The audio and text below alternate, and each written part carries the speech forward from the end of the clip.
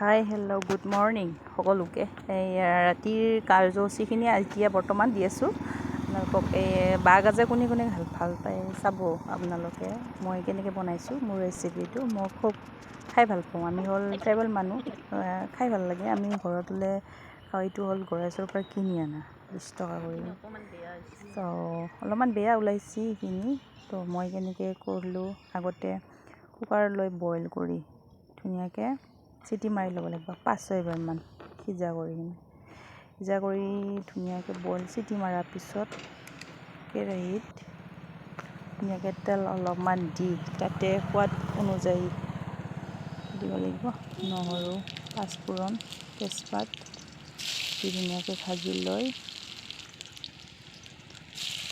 অলপমান জলকীয়া আৰু পিঁয়াজ দি অলপমান ৰঙচুৱা হোৱা কৰি ভাজি লৈ হালধি অলপমান দি নিমখ অলৰেডি আগতে দিয়া আছে, সেইকাৰণে নিমখটো দিয়া নাই।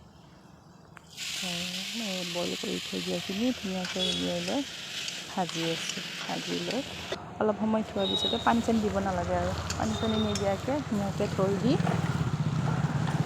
হ'লে 5 মিনিট 10 মিনিটমান ধুনীয়াকৈ দিয়াৰ পিছত হৈ গ'ল ৰেডি।